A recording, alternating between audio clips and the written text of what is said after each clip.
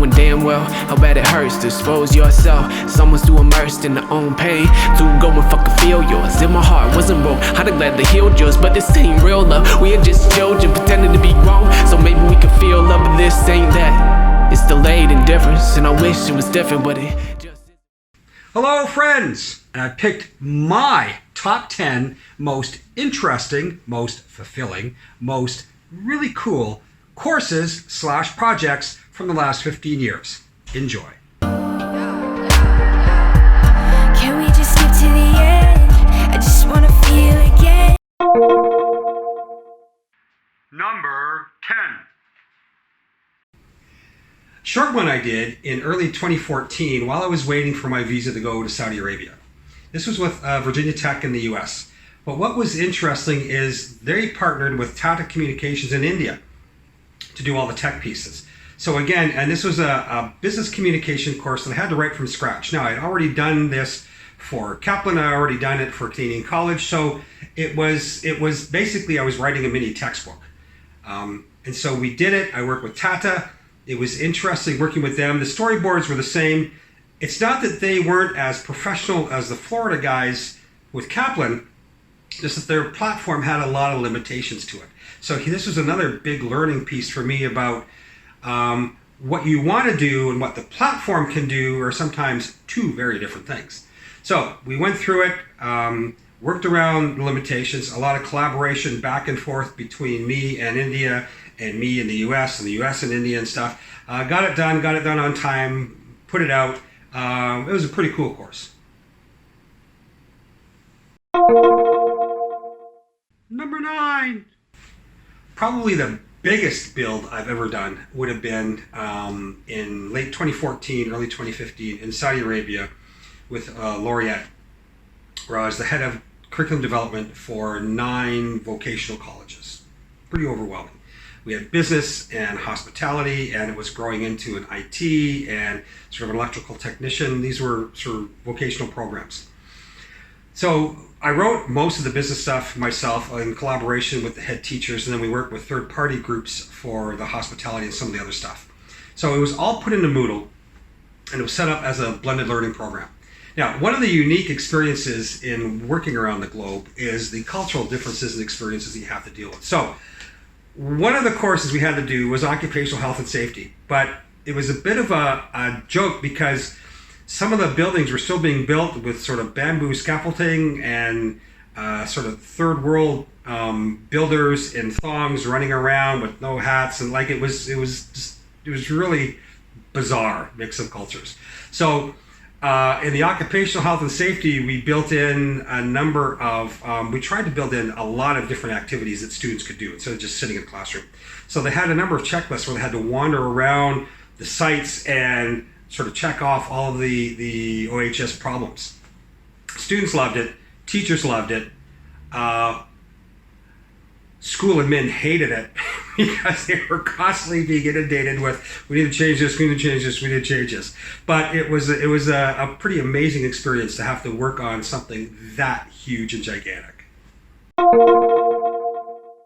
Number 8. Very unique program I did in 2016, about a year after I'd come back from Saudi to the Philippines, was in Bacolod, which is a rural province, rural area of the Philippines.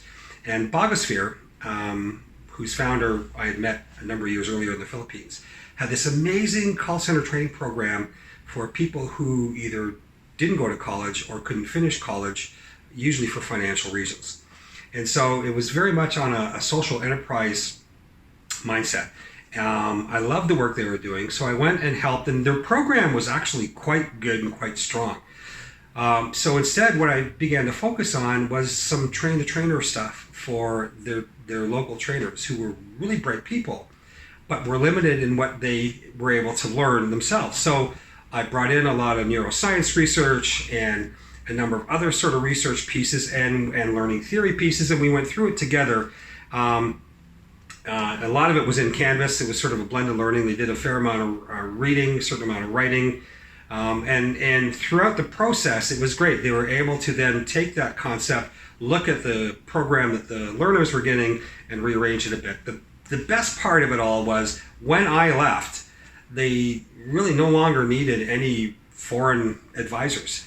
They could do it all themselves, which was very cool. Number 7.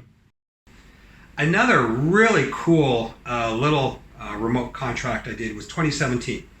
I was in Philippines and was contracted by the National University of Singapore. They have an amazing social enterprise program. And part of the way they do it is they have a number of workshops. So the staff had videoed a workshop with this brilliant professor, but he had a really thick Singaporean accent. The video wasn't that great because it was basically the staff doing an amateur thing. And then some of the audio, therefore, wasn't very good. So I had to listen to the 8 hours. I had to transcribe it all. I had to then go through the slides and in collaboration with the staff, work out the flow, and then did a complete voiceover of all of these slides, making sure we covered all the main points that the professor did in his initial video. Great little contract, very unique, some amazing stories about social enterprise. So if you get a chance, check it out.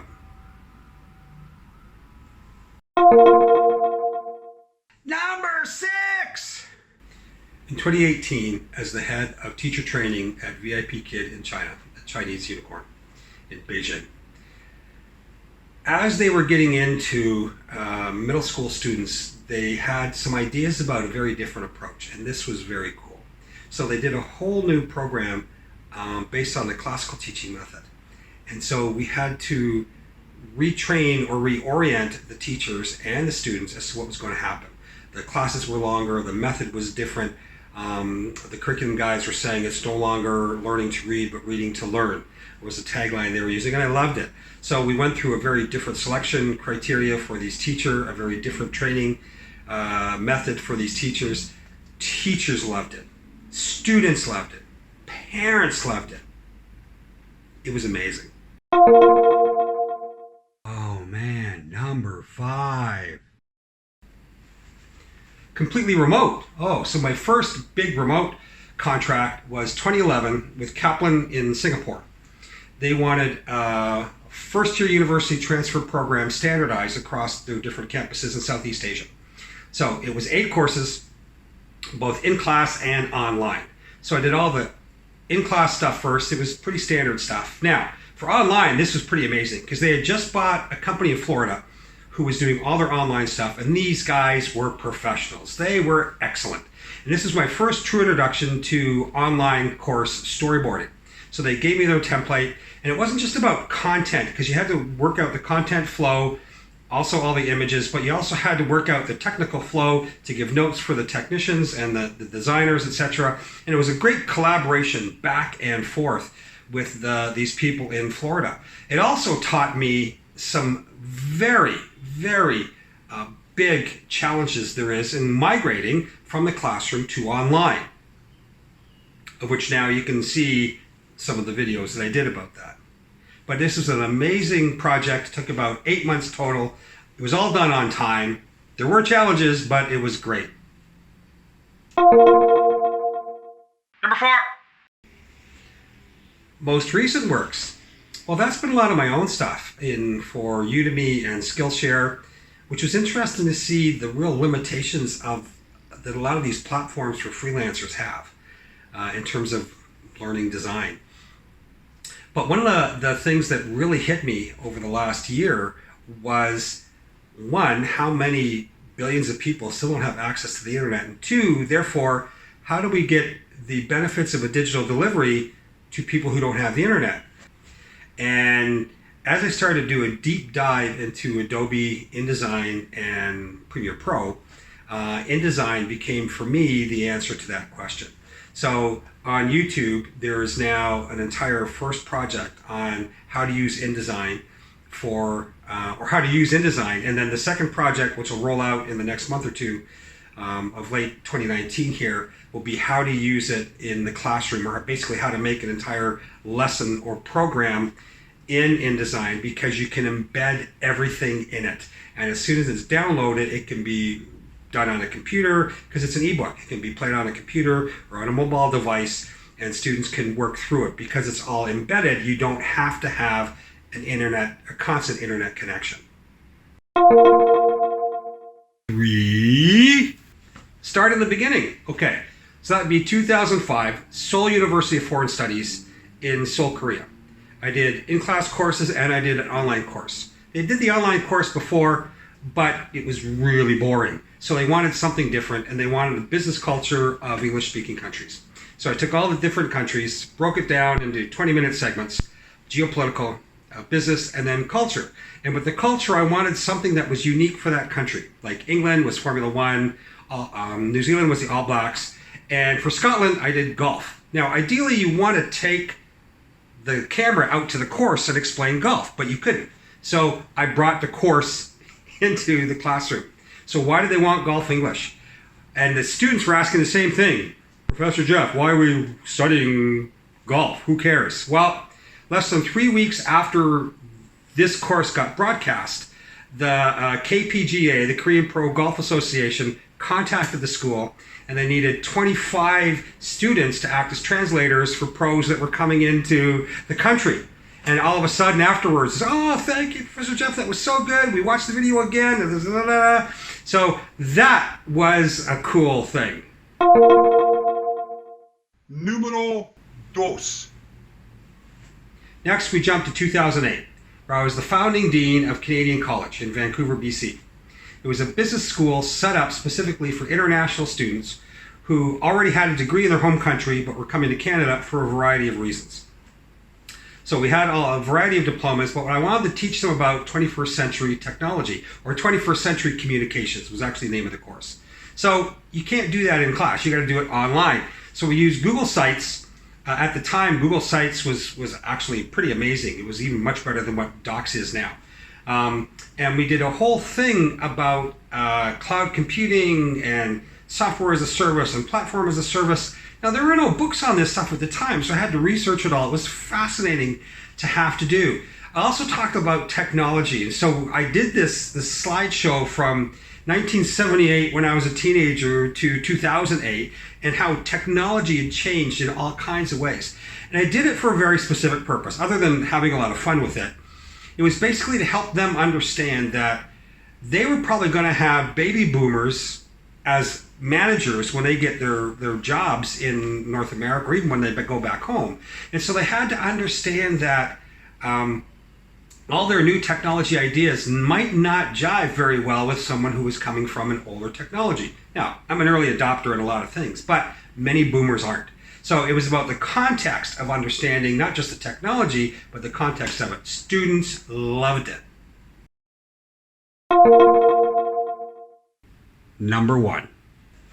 Probably one of the most intriguing at-scale projects I've worked on in the last 10 to 15 years was at Kalibrr in the Philippines in 2013. Kalibrr was a startup, a tech startup.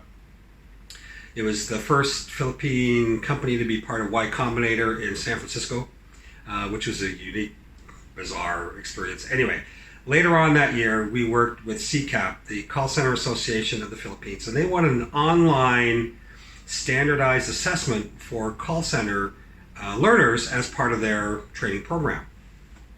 So we did it all initially in Articulate. I collaborated very closely with 6 or 8 people from some of the main call center companies in the Philippines. We worked it through. We did a map of their competencies to what we could do within Articulate, etc. Anyway, so we put it all through in Articulate. The problem was SCORM files at that time, huge bandwidth, and the average Philippine user can't get access to it. So an amazing dev team that Kalibrr had put together basically made their own platform from scratch and able to take all of the same aspects of it that Articulate was doing at the time.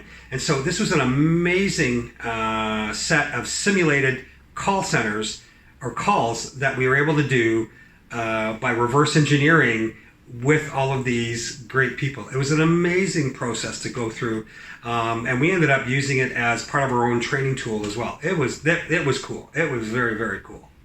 No knowing damn well how bad it hurts to expose yourself. Someone's too immersed in their own pain to go and fucking feel yours. If my heart wasn't broke, I'd have gladly healed yours. But this ain't real love, we are just children pretending to be grown. So maybe we can feel love, but this ain't that. It's delayed indifference, and I wish it was different, but it